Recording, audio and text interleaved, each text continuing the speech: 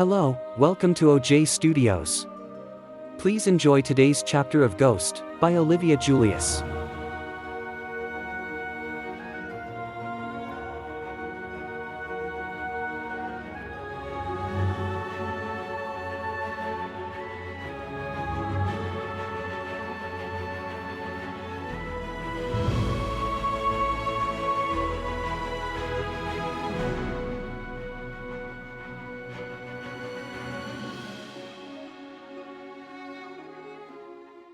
I woke up early, Jessica's body groggy and sluggish, her limbs heavy from the restless sleep I'd forced her into. Morning light spilled through the blinds, and I sat up in her bed, already feeling the weight of the day ahead. Today's the day, I thought. I couldn't stay in Jessica any longer. Her life wasn't built for this, and it wouldn't be fair to keep hijacking it. But leaving meant I had to act quickly. I needed a new host, someone with access, resources, and the right connections to help me find my killer. After a quick search online, the pieces started falling into place. The Yates family schedule wasn't exactly hard to find. Between social media, tabloids, and event announcements, it was all laid out like an itinerary for the city's most elite. And today, Alan Yates was making an appearance at a charity event for pediatric health care at one of the city's largest hospitals. He wouldn't be alone. His 11-year-old daughter, Elizabeth, would be with him. I sighed heavily, leaning back in Jessica's chair. This wasn't what I wanted. My original plan was to go after William, Alan's 18-year-old son. William was old enough that I could move freely without too many complications, and his life seemed less high-profile than his father's. But William wasn't going to be at the hospital today. Elizabeth was my only option. She was young, too young, I thought bitterly, but I couldn't afford to wait. Every day as a ghost felt like an eternity. I needed to act now, and Elizabeth was my best shot at getting close to the resources I needed. I tried to shake off the discomfort, rationalizing it in my head. She won't even know. It's just temporary. I didn't have to convince her of anything or upend her life. I just needed to ride along in her body long enough to set the wheels in motion. Just a few days, I muttered aloud, Jessica's voice breaking the quiet of her apartment. Resolving myself, I picked up Jessica's phone and called her boss. Hey, I croaked, trying to sound sick. It's Jessica. I'm not feeling well, think I'm coming down with something. I won't be able to make it in today. Her boss sighed on the other end, but it wasn't an argument. All right, feel better, came the curt reply before the call disconnected. With that out of the way, I got dressed quickly, throwing on one of Jessica's more casual outfits, a loose hoodie and jeans. I didn't need to draw attention to myself. This wasn't about Jessica anymore. The hospital wasn't far, and it didn't take long to get there. I stayed outside, pacing the street in Jessica's body as I waited. The event wasn't starting yet, but the telltale signs were already there. Security guards posted at the entrance, black SUVs pulling into the lot, reporters milling about near the doors. It didn't matter. I didn't need to go inside. I just needed to get close enough for what came next. I found a spot across the street, ducking into the shadows of a small alley. Cool morning air nipped at Jessica's skin, but I ignored it, focusing on the task at hand. All right, I muttered, her breath visible in the chilly air. Time to move. I closed her eyes and concentrated, focusing on pulling myself out of her body. The sensation was strange, like peeling away from a sticky surface, and then, suddenly, I was weightless again.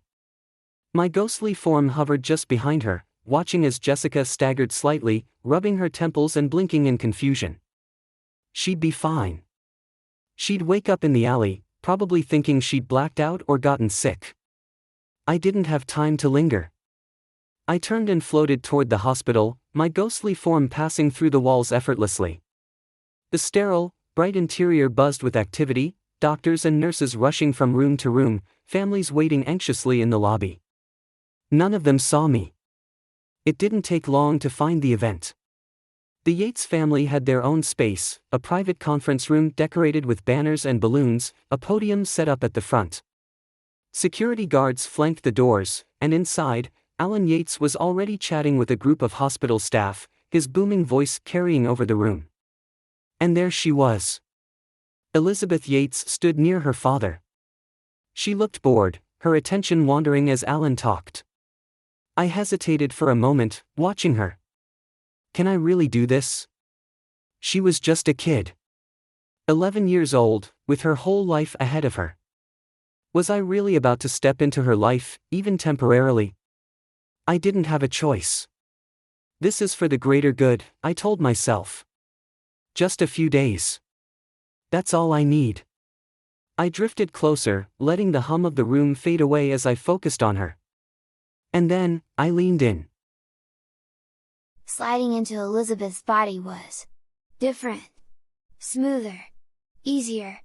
It was like she didn't even resist, like her mind didn't have the same barriers as the adults I'd possessed before. One moment I was floating behind her, watching her fiddle with her bracelet, and the next, I was her.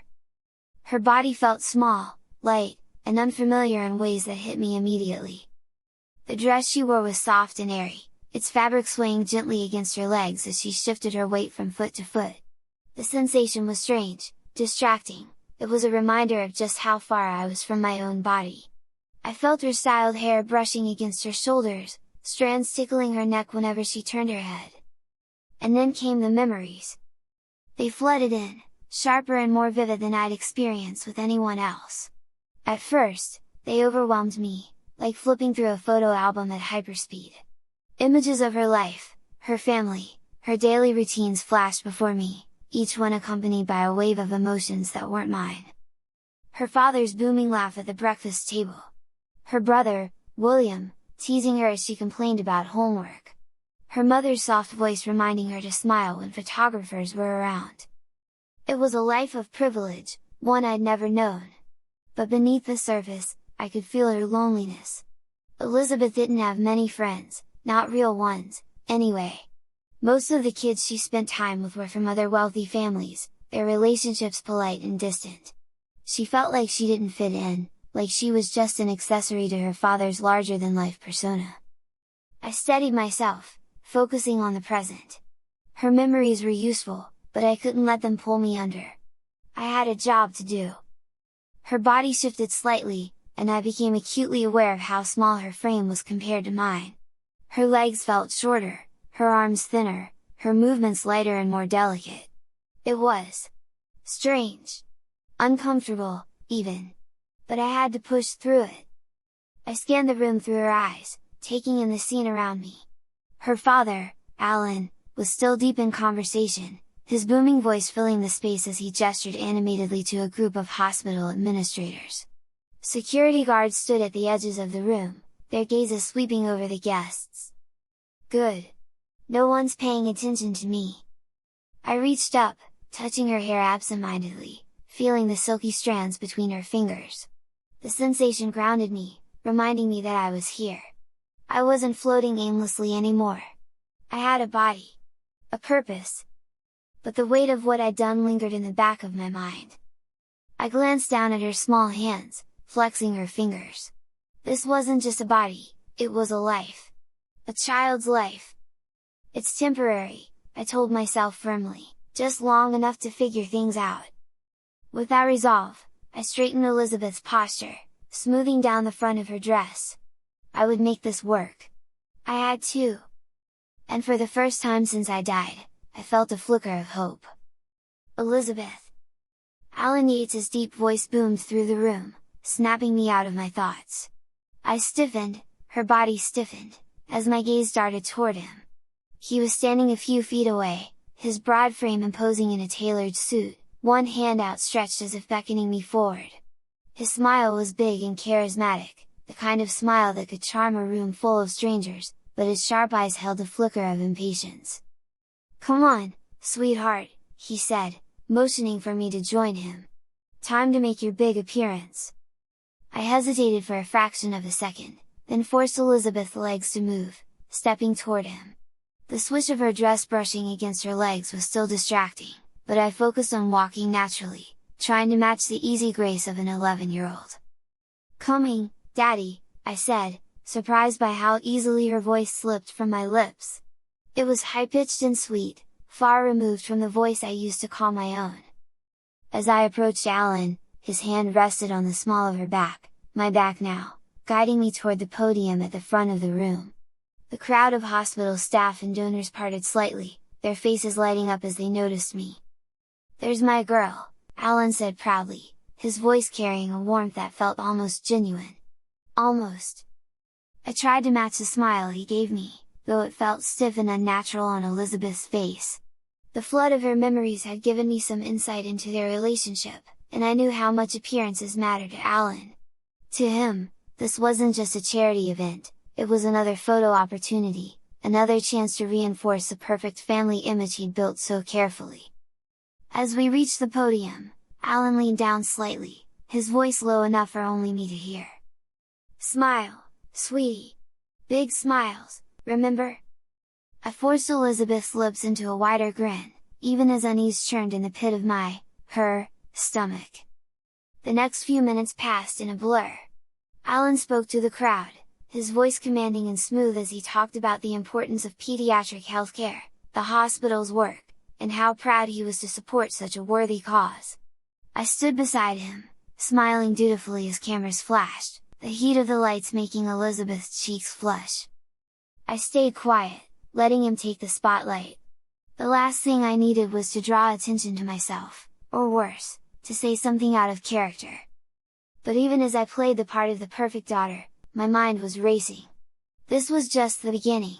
I'd taken the first step toward embedding myself into the Yates family, but I needed to think carefully about what came next. Alan's voice brought me back to the present. "Elizabeth, do you want to say a few words?"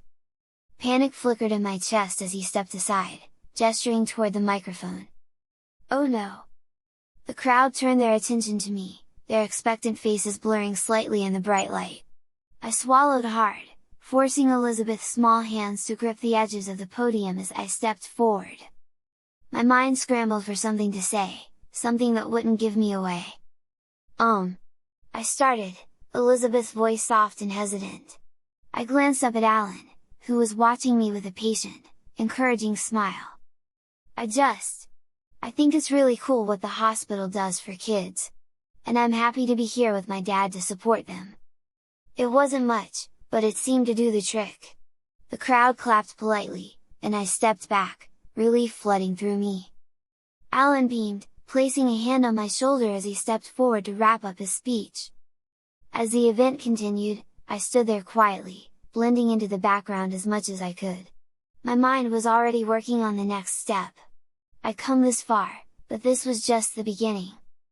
I needed to dig deeper into Alan's life, into his connections, his resources.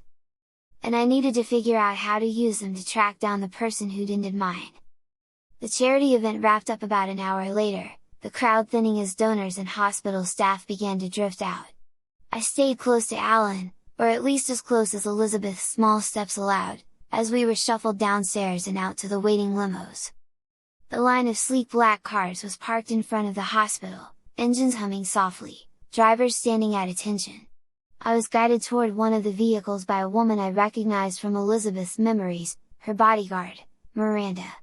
She was tall, broad-shouldered, and carried herself with a quiet confidence that made it clear she didn't take crap from anyone. Alan, however, headed toward a different car, already deep in conversation with a man in a sharp suit who looked like an assistant. "Daddy!" I called out, Elizabeth's voice carrying a hint of worry as I watched him climb into the other limo. He paused briefly, glancing over his shoulder. "I'll see you later, sweetheart," he said, flashing a quick smile before ducking inside. As the door shut behind him, I turned to Miranda, trying to mask my growing unease. "Where's he going?" I asked, my voice small but insistent. Miranda gave me a kind but practiced smile as she opened the door to the limo waiting for us. "Your father's a very busy man, Elizabeth," she said, gesturing for me to get in. "He has a lot of meetings to attend in the city." I climbed in reluctantly, sliding across the cool leather seat as Miranda settled in beside me.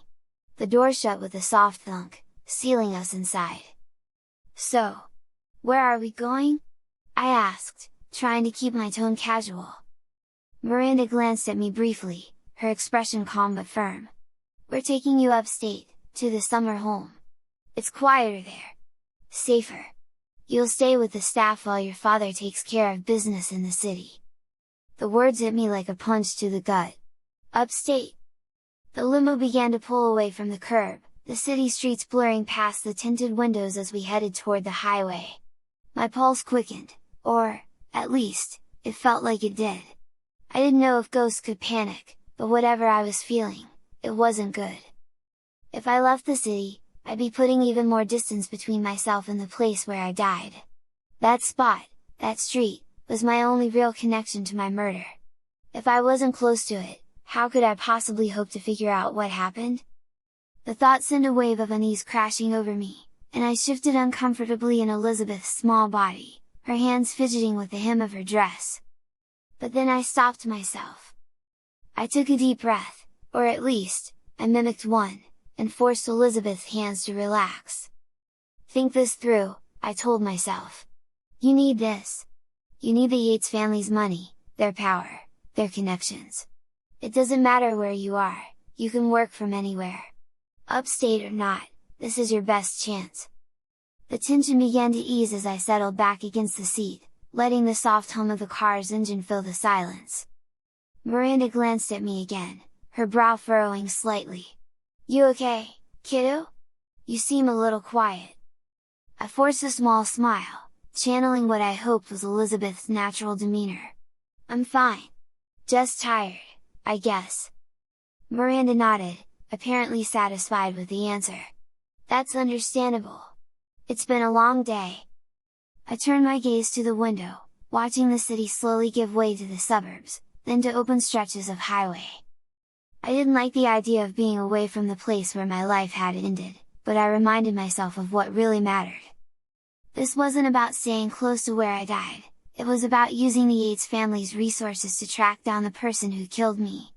And if that meant spending a few days in a quiet, secluded mansion upstate, so be it. For now, I would stay calm.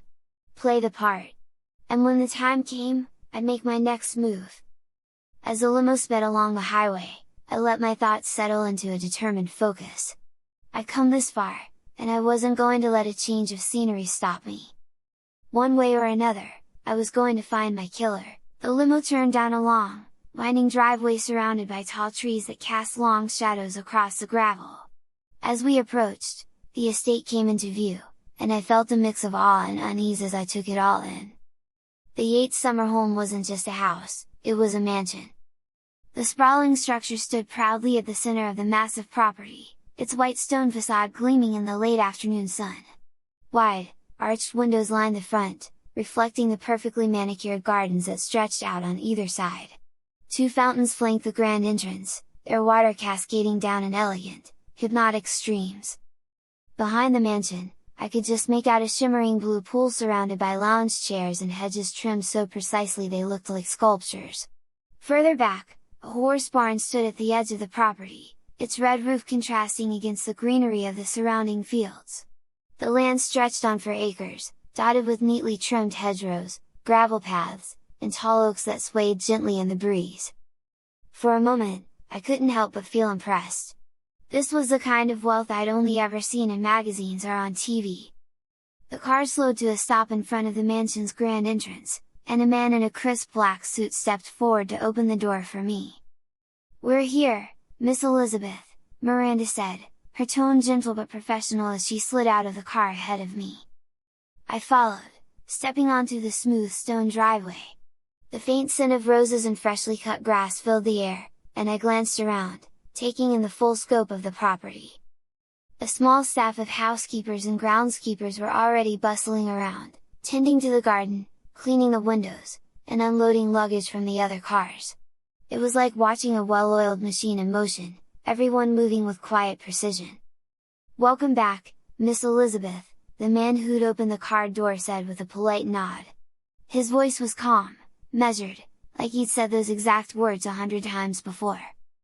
I smiled politely, trying to channel the reserved demeanor I'd seen in Elizabeth's memories. "Thank you." Miranda placed a hand on my shoulder, steering me toward the front steps.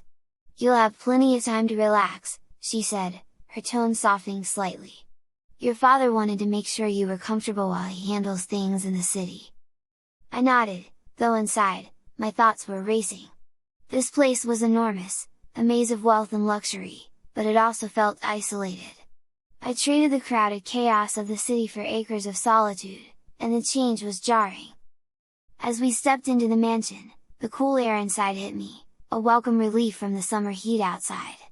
The interior was just as lavish as the exterior, marble floors, chandeliers that sparkled like diamonds, and ornate furniture that looked like it belonged in a museum. "Your room's been prepared, as always," Miranda said, leading me up a grand staircase with an intricately carved banister. "If you need anything, just let one of the staff know."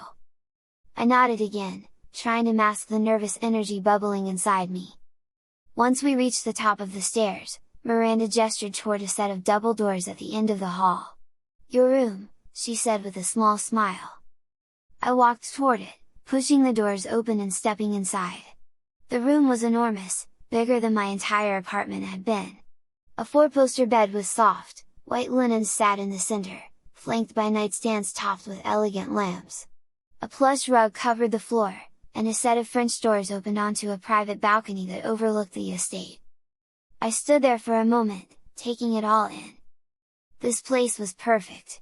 Quiet. Remote. A gilded cage, sure, but one with all the tools I'd need to focus on my plan. I could use this. I stepped out onto the balcony, gripping the cool iron railing as I gazed out at the estate.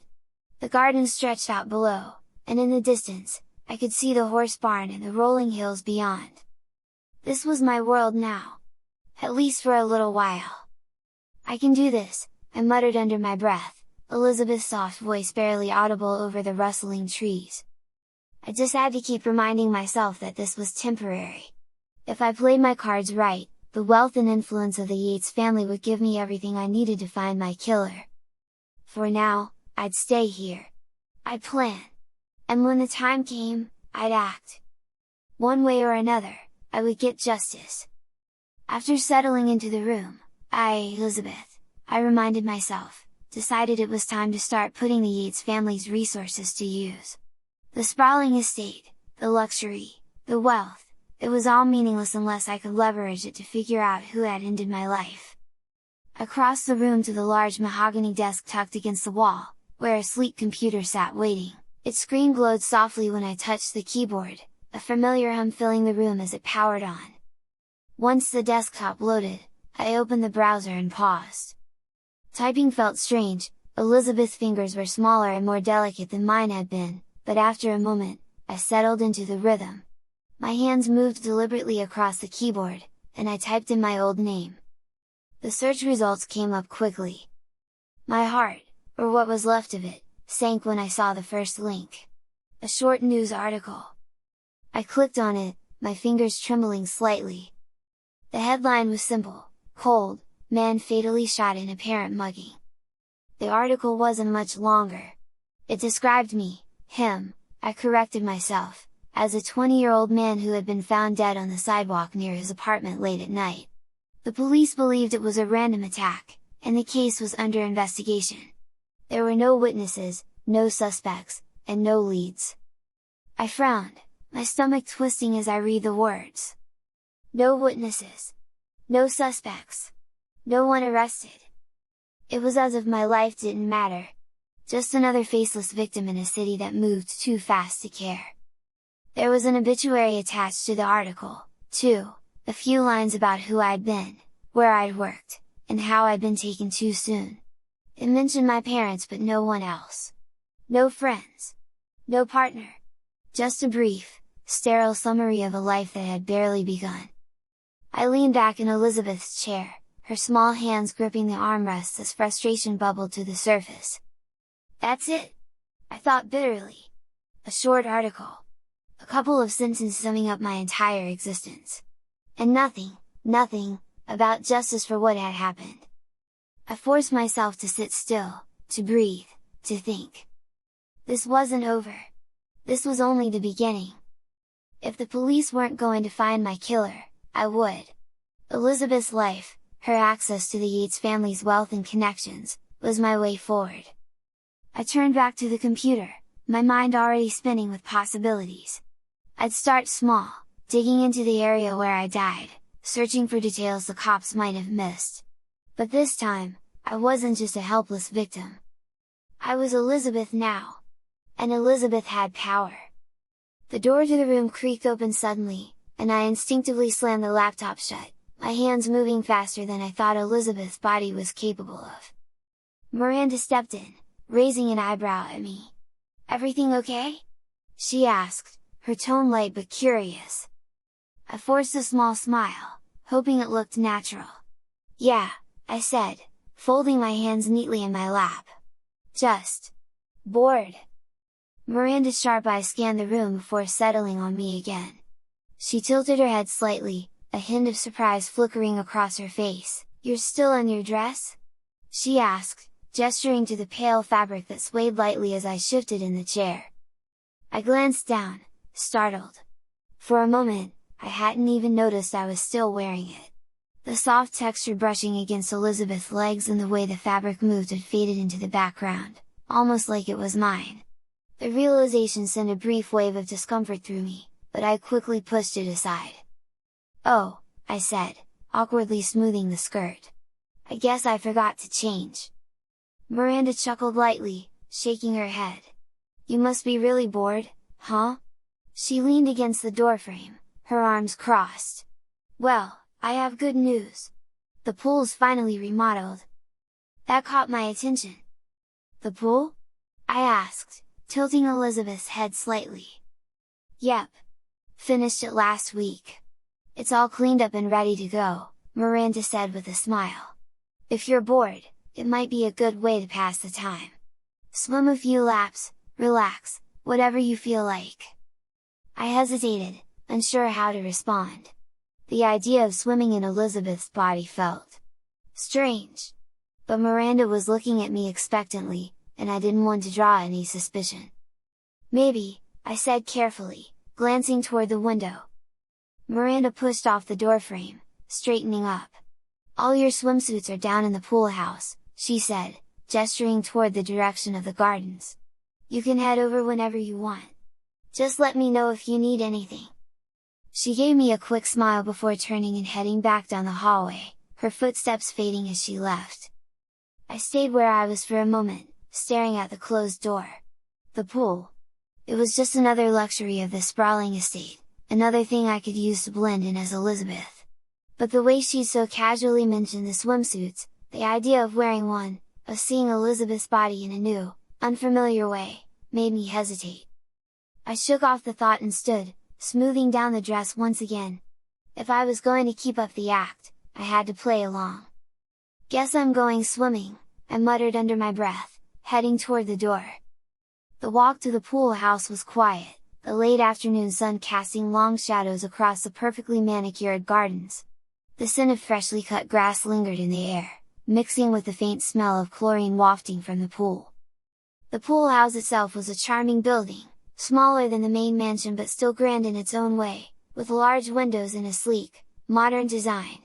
The path leading up to it was lined with neatly trimmed hedges, and I could hear the faint hum of the pool's filtration system as I approached. When I stepped inside, the cool air-conditioned interior hit me, a sharp contrast to the warmth outside. The place was pristine, with gleaming tile floors and neatly arranged furniture. There was a small lounge area to one side, but my attention was immediately drawn to the row of doors along the far wall. Each door had a name engraved on a polished plaque. Alan, Hannah, William, Elizabeth. I stopped in front of the door with Elizabeth's name on it, hesitating for just a moment. Seeing her name written so formally, so permanently, sent a strange wave of dissonance through me. This wasn't my name, but it was who I was now, or at least, who I was pretending to be. Pushing the thought aside, I reached for the door handle and turned it. Inside was a small but luxurious changing room, painted in soft pastel colors with a full-length mirror mounted on one wall. A cushioned bench sat in the center of the room, and a neatly organized wardrobe stood against the back wall. I opened the wardrobe, and there they were, Elizabeth's swimsuits, arranged neatly on the hangers. There was a mix of styles, one-pieces, tankinis, even a couple of bikinis, all in bright, cheerful colors. It was clear someone had taken care to keep everything tidy, probably one of the estate's many staff members. I pulled out a simple one-piece swimsuit, light blue with a subtle floral pattern. It felt like the safest option, the least likely to draw attention. As I stood there holding the swimsuit, I caught a glimpse of myself in the mirror. Or rather, of Elizabeth.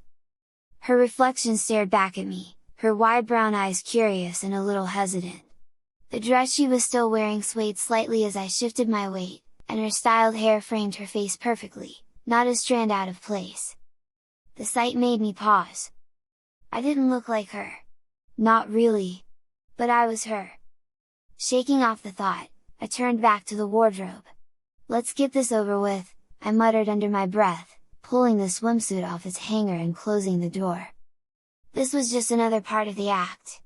Another step toward blending in, toward using the Yates family's resources to find my murderer. I had to keep reminding myself, this wasn't my life. It was hers. I stepped over to the cushioned bench in the center of the room, holding the swimsuit in Elizabeth's small hands. The fabric was soft and smooth, cool to the touch, and as I stood there staring at it, a strange unease settled in my chest. Wearing this, it felt so intimate, so personal. Something I had no right to. But I reminded myself that this wasn't about comfort. This was about survival, about maintaining the illusion that I was Elizabeth until I could figure out who killed me. I slipped the straps of the dress off her shoulders, the fabric sliding down her arms and pooling at her feet. The air conditioning brushed against her skin, and I shivered instinctively, even though I wasn't really cold. Elizabeth's body was young, smaller than I was used to. The delicate lines of her shoulders, her slender arms, the faint curve of her waist, it all felt so foreign. I tried to focus on the task at hand, folding the dress neatly and setting it on the bench. The swimsuit hung limply in my hands for a moment as I worked up the nerve to put it on. "You're Elizabeth now. This is her life. Just do it!" I stepped into the swimsuit, pulling it up over her legs. The fabric clung tightly to her thighs, then her hips, molding to her body like a second skin. It felt strange, restrictive, yet oddly comfortable, the way a well-fitted piece of clothing often does. As I pulled it up over her torso, the snug material flattened slightly against her chest, hugging her in a way that felt intrusive. Not mine. The straps slid up over her shoulders easily, snapping into place. I adjusted them automatically, pulling them slightly tighter until everything sat properly. The high neckline and modest cut gave the swimsuit a practical feel, but the floral pattern added a touch of lightheartedness, something that felt completely at odds with the weight of what I was going through. I turned to the mirror and froze. Elizabeth's reflection stared back at me, her body encased in the light blue swimsuit. The fabric highlighted her small frame, her youthful figure, the smoothness of her skin. It felt wrong. Like I was intruding on a moment that wasn't mine to have. But at the same time, I couldn't deny the surreal sense of control. The body I was in wasn't mine, but it obeyed me completely. Every movement, every gesture, it all felt effortless. I ran her hands down her sides, smoothing the fabric of the swimsuit, and frowned slightly. Wearing it felt strange. Not uncomfortable, exactly, but disorienting. Like wearing an outfit meant for someone else. It fit perfectly, but it didn't belong to me. I forced myself to look away from the mirror, grabbing a towel from a nearby rack and throwing it over her shoulder. This wasn't about how I felt. This was about blending in, playing the part of Elizabeth Yates so no one would suspect the truth. Taking a deep breath, I stepped out of the changing room and headed toward the pool. "It's just a swimsuit," I reminded myself. "Just another step in the plan." But no matter how much I tried to push the thought aside, I couldn't shake the feeling of how strange it all felt, wearing this body, living this life, pretending to be someone I wasn't. I eased myself into the pool, Elizabeth's small frame sinking into the warm, blue water. The feeling of it gliding over her skin was strange, not unpleasant, but a reminder of how close and intimate this body was, like the swimsuit I was still all too aware of. It clung tightly, the snug fit of the fabric emphasizing every small movement as I pushed off the side of the pool and floated in the center.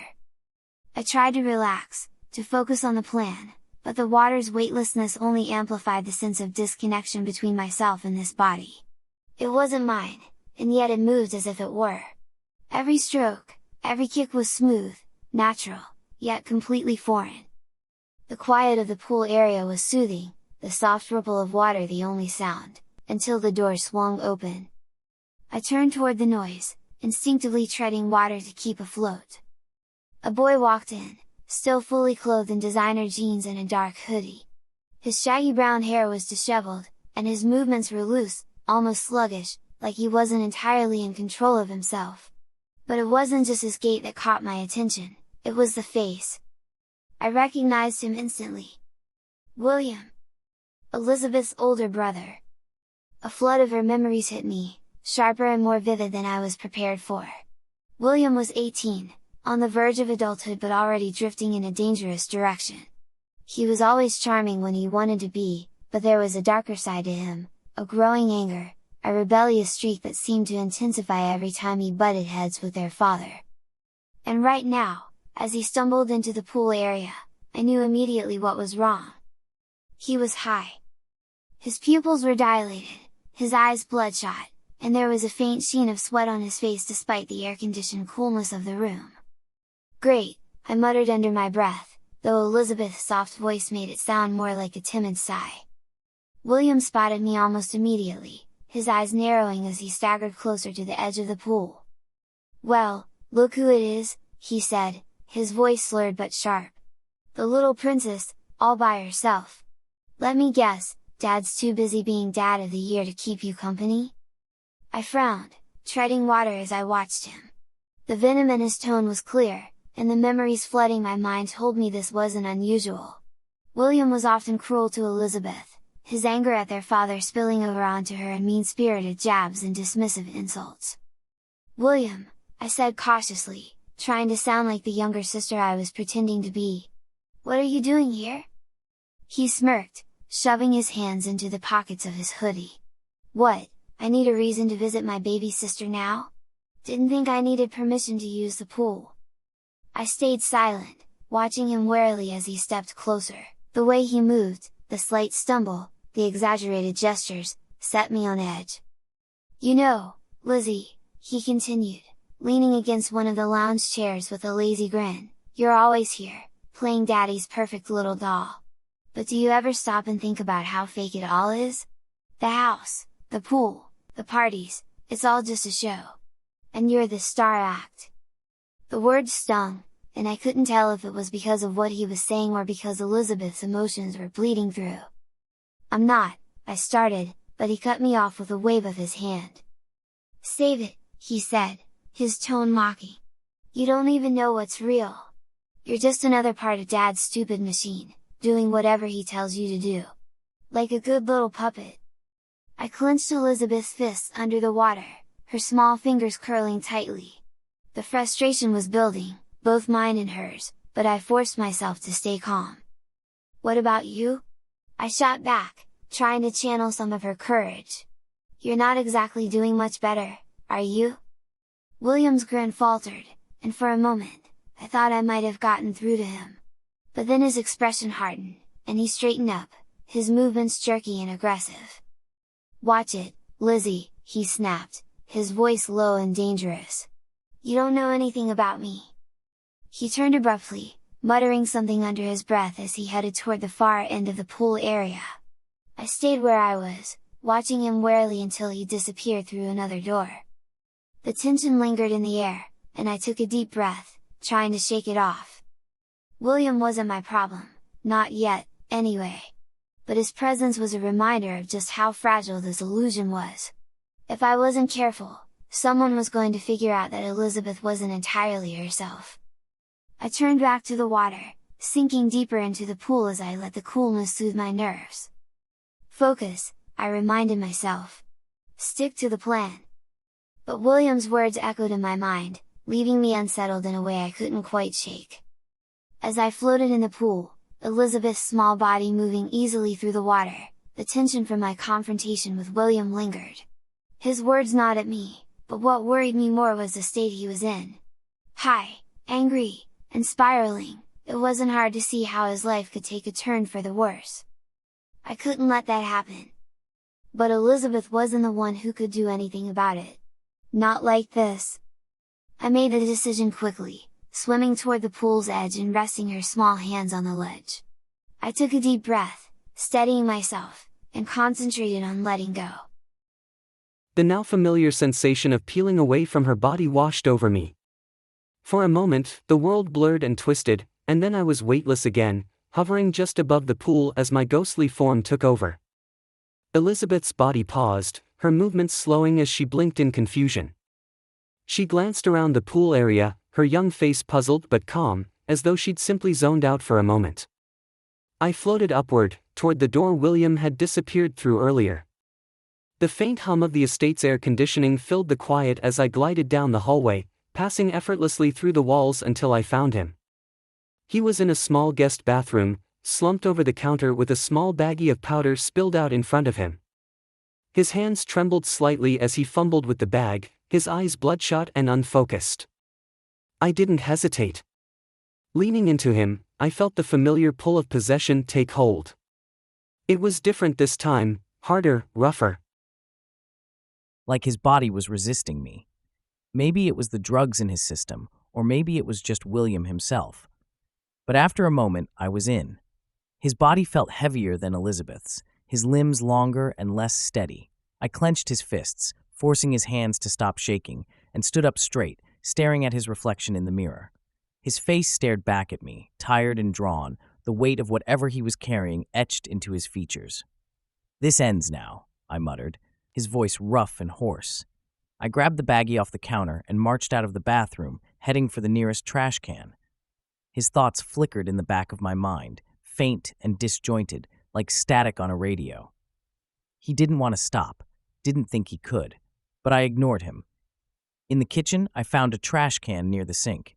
Without hesitation, I tore the bag open and dumped the powder inside, watching as it spilled into the garbage. Then I turned on the faucet, filling a glass with water and pouring it over the drugs, ensuring they were ruined beyond saving. William's body tensed, his fists clenching as his thoughts fought against mine. It was addicted. It thought it needed drugs to survive, and his mind was strong for that.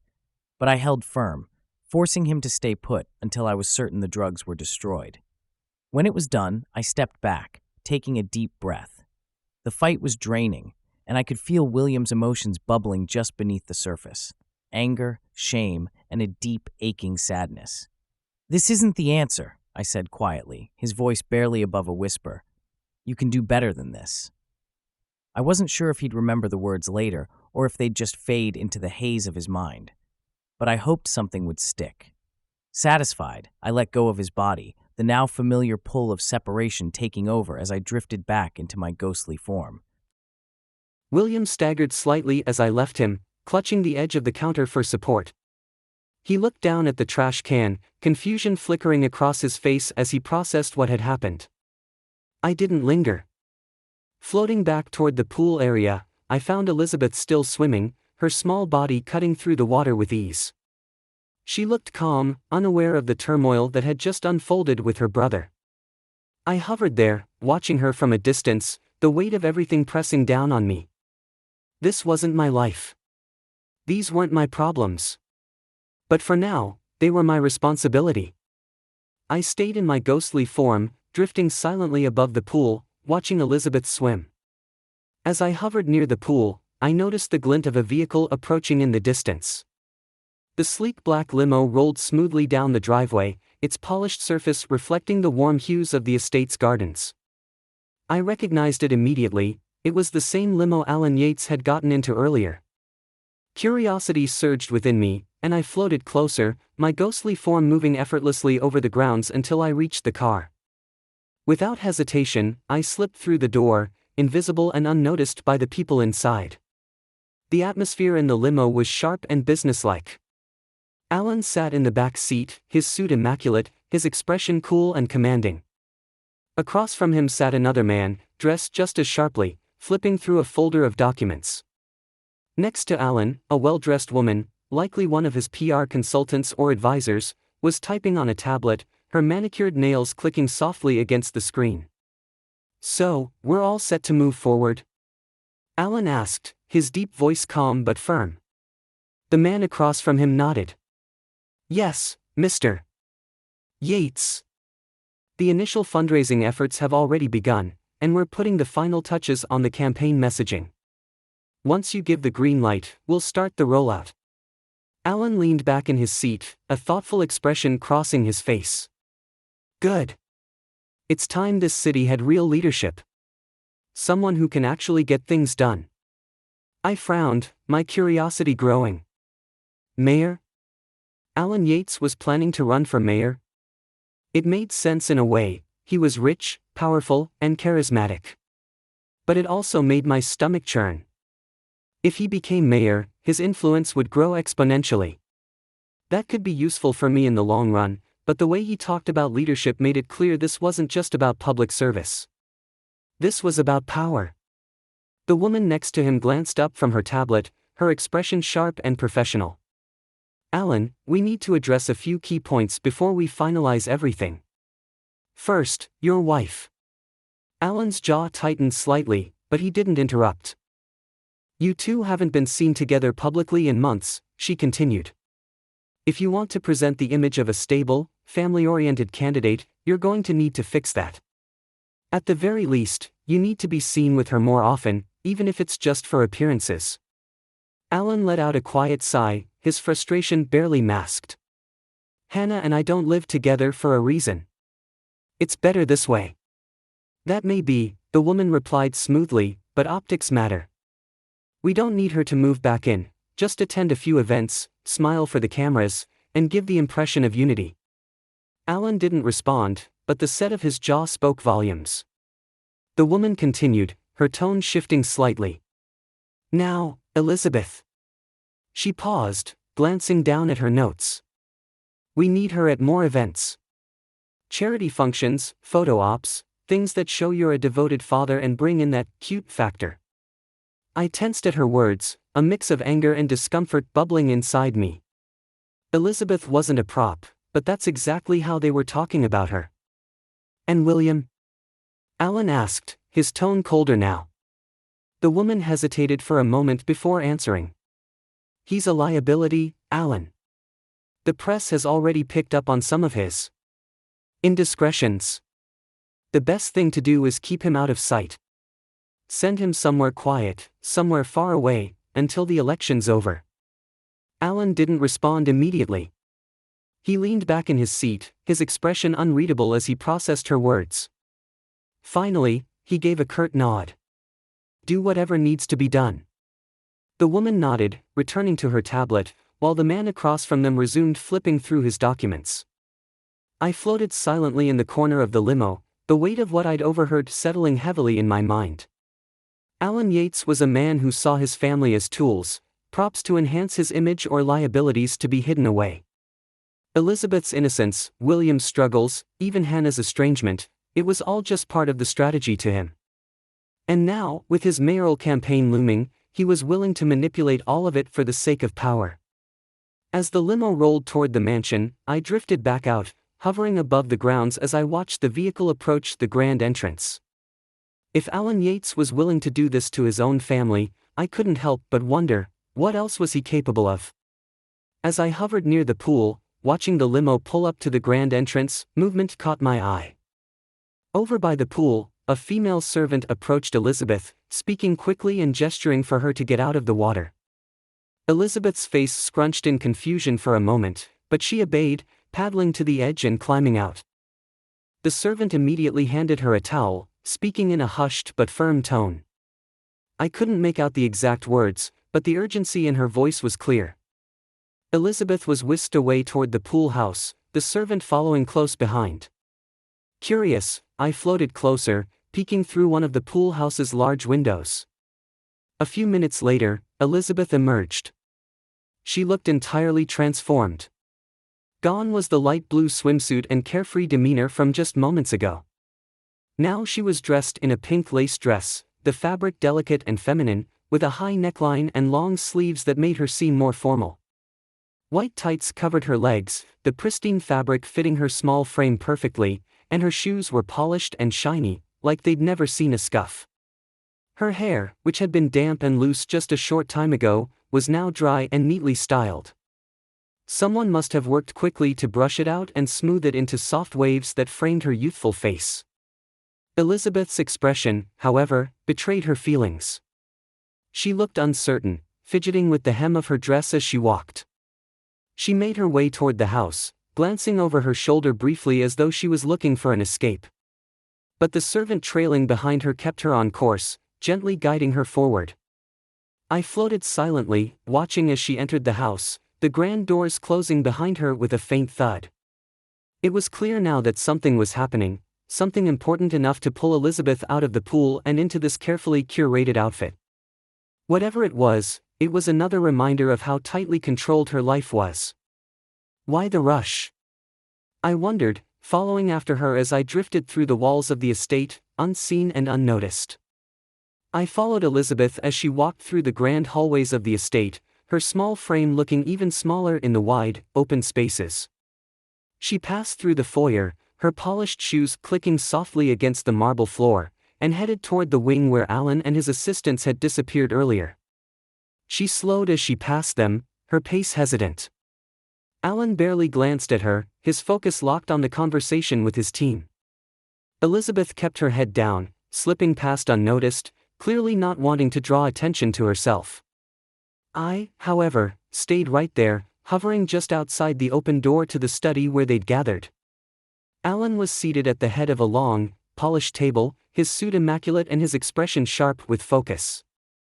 3 assistants were with him, 2 men and a woman, each with stacks of papers and tablets in front of them. Their voices were low and serious, the kind of tone that carried weight. I decided it was time to take a closer look.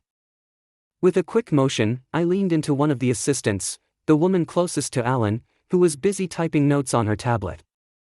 Possessing her was as easy as stepping through a door. One moment I was floating, weightless. And the next, I was in her body, the world snapping into sharp focus around me. Her body felt different from Elizabeth's, taller, stronger, and more grounded. I adjusted quickly, smoothing down her blazer and sitting up straighter, trying to look natural. Alan's voice broke through my thoughts, his tone clipped and authoritative. Tonight's dinner with the mayor is critical. He's been invaluable to this campaign, and with his retirement coming up, we need to ensure he's fully on board. One of the assistants, a man sitting across from me, nodded. Of course, Mr. Yates. The mayor's been a key ally, and his endorsement will carry weight with the party and the public. We've already sent out the guest list, and the dinner is scheduled for 8 o'clock sharp. Alan leaned back in his chair, steepling his fingers. Good. I want everything to run smoothly. No surprises. I stayed quiet, taking in every word.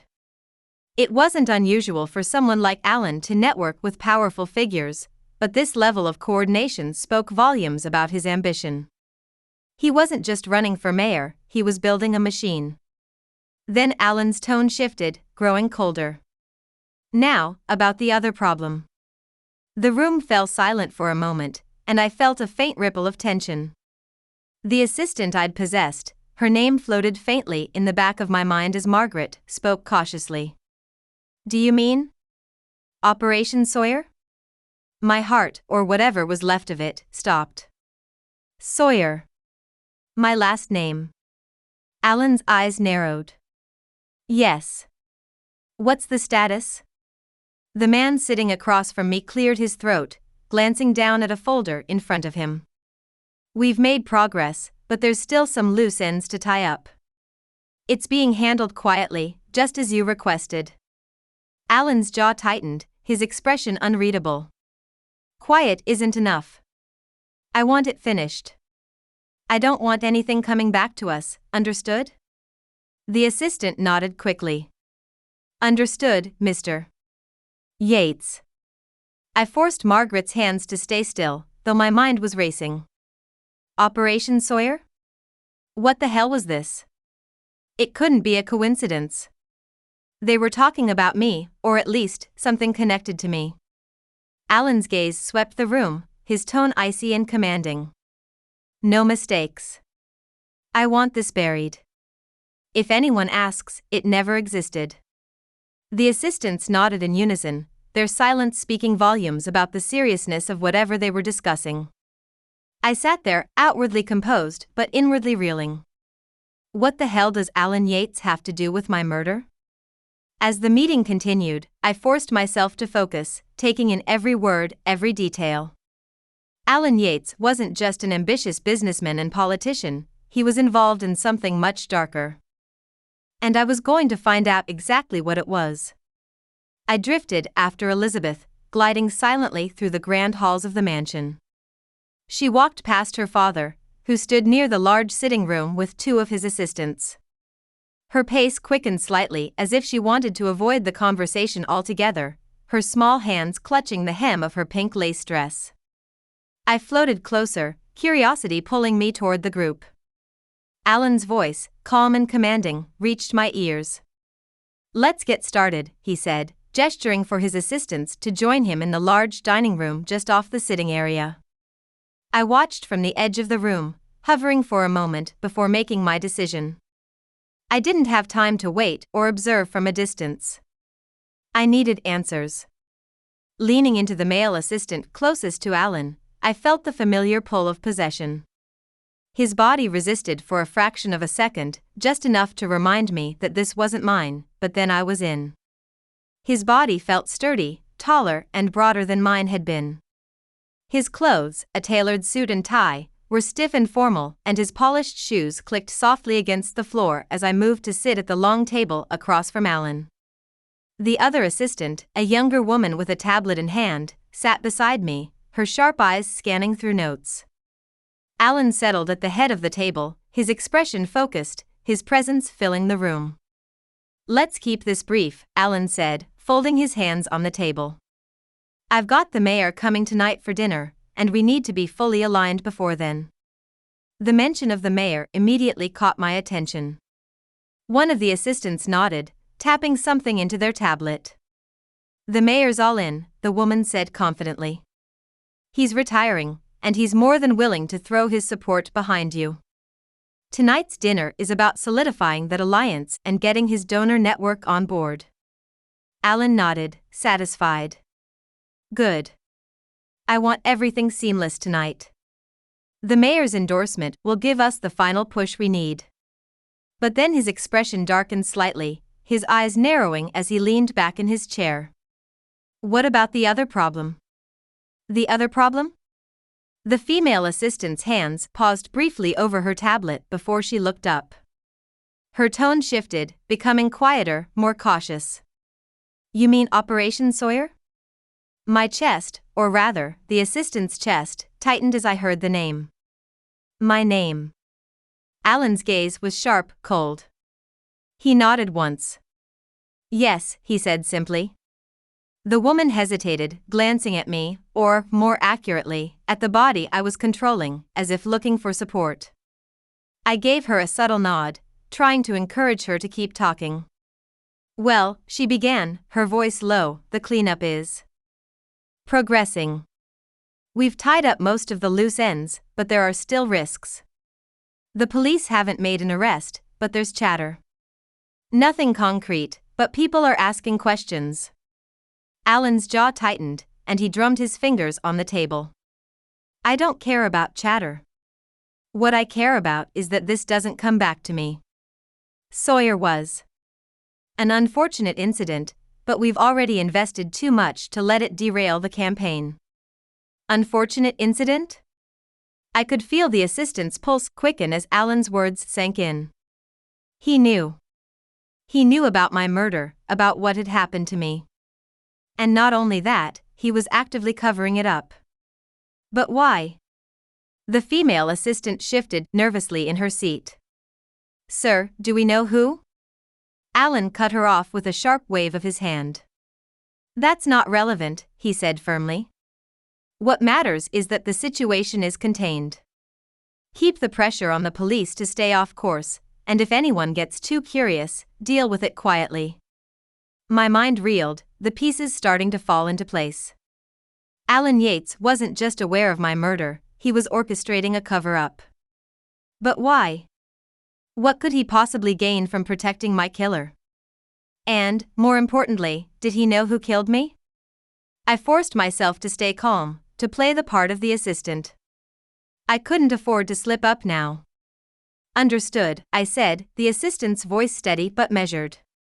Alan nodded, his piercing gaze locking onto me for a moment before shifting back to the woman.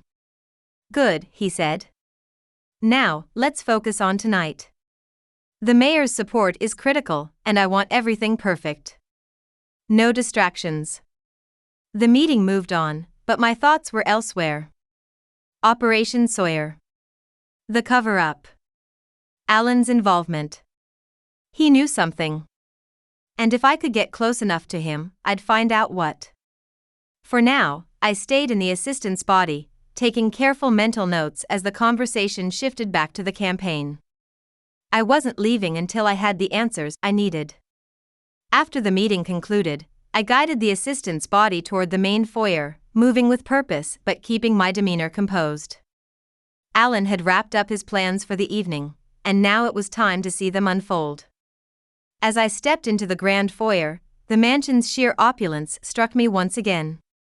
The towering ceilings, glittering chandelier, and polished marble floors created an air of wealth and power that couldn't be ignored. At the center of the room stood Alan Yates, his commanding presence impossible to miss. He was speaking to one of the staff, giving last-minute instructions with his usual calm authority. Beside him, Elizabeth stood silently, her small hands clasped in front of her as she waited. She looked pristine, dressed in the pink lace dress and white tights she'd been rushed into earlier. Her hair was perfectly styled, and the soft light of the foyer made her look almost doll-like. She seemed nervous, though, fidgeting slightly as her father continued his conversation. The sound of a car pulling up outside drew everyone's attention. Moments later, the grand doors swung open, and the mayor of New York City stepped inside, followed closely by his wife. The mayor was a tall, broad-shouldered man in his late 60s, with a warm smile and an air of confidence that came from decades of public service. His wife, elegant and poised in a dark green gown, walked beside him, her arm looped through his. Mayor O'Connell, Alan said warmly, stepping forward to greet them. He extended his hand, shaking the mayor's firmly before gesturing toward the room. Welcome. We're honored to have you here tonight. The mayor returned the handshake with equal enthusiasm. Alan, thank you for hosting us. It's good to see you again. As the pleasantries continued, my attention shifted to Elizabeth. She stood quietly beside her father, her eyes darting between the mayor and his wife. From the memories I'd gained earlier, I knew this wasn't her first time at an event like this, but the tension in her posture suggested she wasn't entirely comfortable. Elizabeth, Alan said suddenly, turning to her. His tone softened slightly, but his expression remained firm. Say hello to the mayor and Mrs. O'Connell. Elizabeth's small frame straightened, and she gave them a polite smile. Hello, she said softly, her voice sweet but timid. Elizabeth, the mayor said warmly, his smile widening as he looked down at her. It's a pleasure to see you again. You've grown since the last time I saw you. Elizabeth blushed slightly, her fingers tightening on the hem of her dress. Thank you, sir, she replied, her voice barely above a whisper. Alan placed a hand on her shoulder, his gesture both supportive and commanding. Elizabeth's always been such a delight at these events, he said smoothly, glancing at the mayor's wife. She's a natural. I could feel my ghostly presence bristle at his words. Alan's tone was polished, his praise rehearsed. He didn't see Elizabeth as a child, his child. To him, she was a tool, a piece of the carefully constructed image he was presenting to the world. The mayor's wife leaned down slightly, her smile kind but calculated. She's adorable, Alan. You must be so proud. Alan's response was immediate, his smile widening. Of course. Elizabeth is the heart of this family. The words rang hollow, even as the room seemed to accept them without question. I stayed in the assistant's body, watching the scene unfold with growing unease. Alan's campaign, his carefully curated image, the layers of manipulation, it was all part of a bigger plan. And somewhere within it was the truth about my murder. As the mayor and his wife were ushered further into the house for the evening's dinner, I stayed close, watching Alan and Elizabeth closely. Whatever secrets were hiding here, I was determined to uncover them. As the dinner preparations moved into full swing, I stayed in the assistant's body, keeping close to Alan. I watched him like a hawk, observing his every move and interaction, hoping to find some clue about what he knew, what he was hiding. Finally, an opportunity came. Alan excused himself, stepping away from the mayor and his wife with his usual charm and heading toward a hallway that led to the private restroom near his study. I followed discreetly, guiding the assistant's body just far enough behind him to avoid suspicion. When Alan disappeared into the restroom and the door clicked shut, I seized the moment. This was my chance. I stepped to the side, out of sight, and let myself leave the assistant's body. The familiar sensation of detachment washed over me, and I floated once again in my ghostly form. The assistant blinked in confusion, stumbling slightly before straightening and muttering something under her breath as she walked back toward the main hall. But I didn't care about him anymore. My focus was entirely on Alan. I drifted toward the restroom door, slipping through it effortlessly. Inside, Alan stood at the sink, adjusting his tie in the mirror. His expression was calm, composed, the face of a man who always seemed in control. I didn't hesitate. I leaned toward him, reaching out with the intent to possess him, to take over his body and dig into the depths of his mind. If anyone had the answers I needed, it was him. But the moment I tried, something happened. A force, sharp and unnatural, pushed me back. It wasn't like the resistance I'd felt from others before, the faint hesitation that came with slipping into a new body. This was different. Stronger. Like hitting an invisible wall. I recoiled, my ghostly form vibrating with the impact. "What the?" I muttered, my voice echoing faintly in the small room. I tried again, focusing all my energy, leaning into him with everything I had. But the same thing happened. That strange, unyielding force pushed me back, harder this time, like it wasn't just resisting, it was rejecting me. Alan didn't react. He didn't flinch, didn't even glance around. He continued adjusting his tie, completely unaware of the struggle happening just inches away from him. Confusion and frustration swirled in my mind. I'd never experienced anything like this before. I'd been able to possess Elizabeth, William, even his assistant without much effort. But Alan? It was like he was untouchable. I floated back slightly, staring at him as he straightened his posture and smoothed down his jacket. Why can't I get in? Was it something about him, his willpower, his mind? Or was it something else? Alan finally stepped away from the mirror, heading for the door. I moved aside instinctively, though he couldn't see me, and watched as he exited the restroom and walked back toward the main hall, his confident stride unwavering. I stayed behind for a moment, my mind racing. Something wasn't right. Alan couldn't be possessed, and I had no idea why. But one thing was clear, whatever force was protecting him, it only made me more certain that he was hiding something. And I wasn't going to stop until I found out what it was. I floated in the quiet hallway for a moment, replaying what had just happened in the restroom. Alan's immunity to possession wasn't just unusual, it was unnatural. Something was shielding him, and that fact alone was enough to convince me he knew more than he was letting on about my murder. But if I couldn't get to him directly, I needed another angle. I drifted back toward the main hall, gliding through the walls until I found Elizabeth standing near the dining room, fidgeting nervously as she waited for the dinner to begin.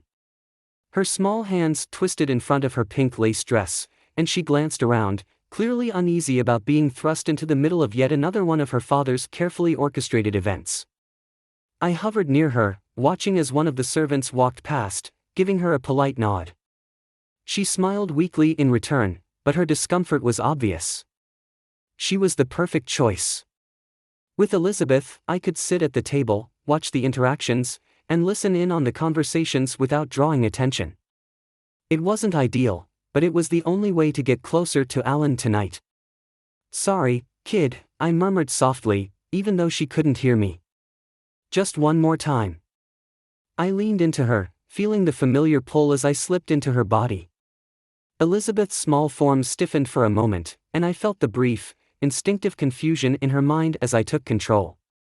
Then she relaxed, her thoughts quieting as I settled in. Her perspective was jarring, as always. Everything felt smaller, lighter, and the pink dress still clung uncomfortably against her skin. But I adjusted quickly, smoothing down the fabric and straightening her posture. I turned her head slightly, catching sight of her reflection in a nearby glass cabinet. Her hair was perfectly styled, her dress pristine. She looked every bit the polished, innocent daughter Alan wanted the world to see.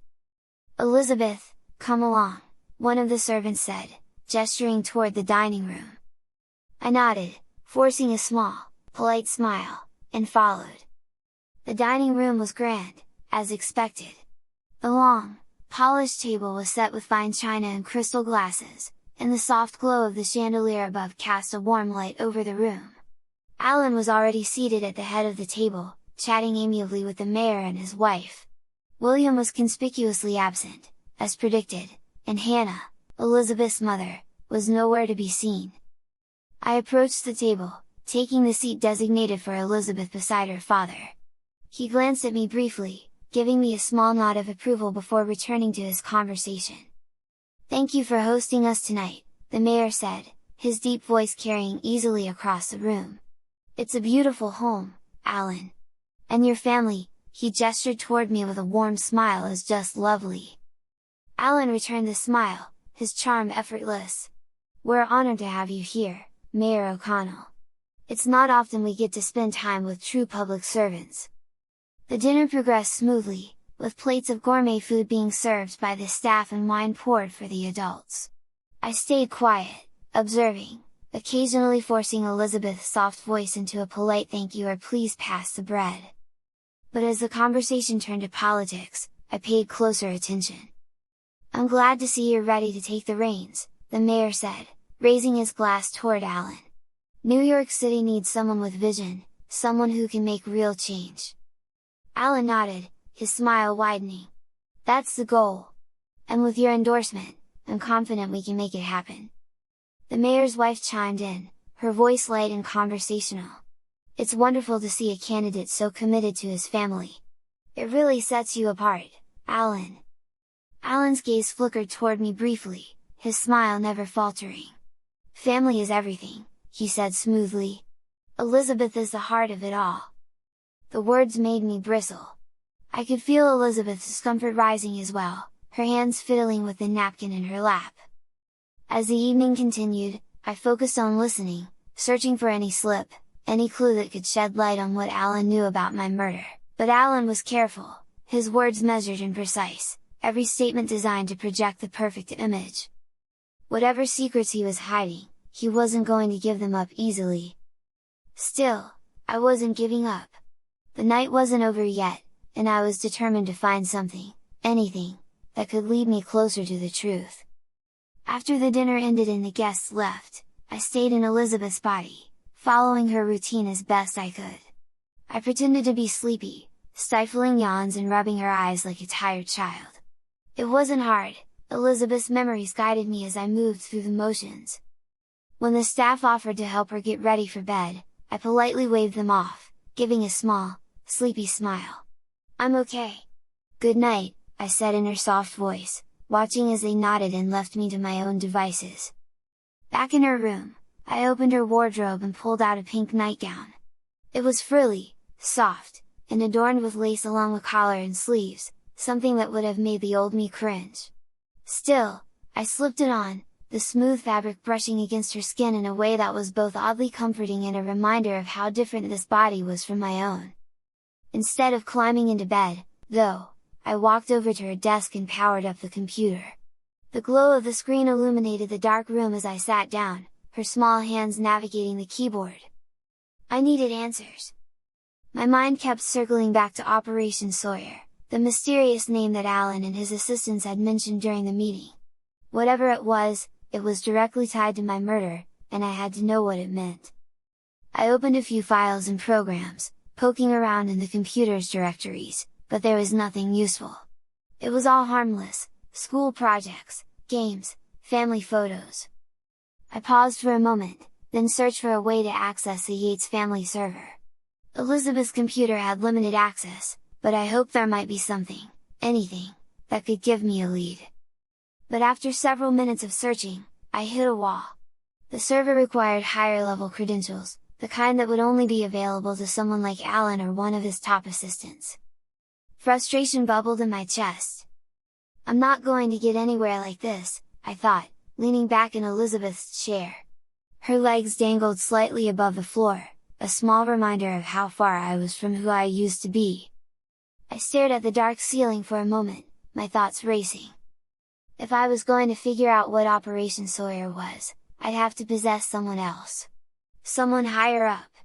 Alan himself was still out of the question, I still couldn't understand why, but perhaps one of his assistants or someone else in his inner circle.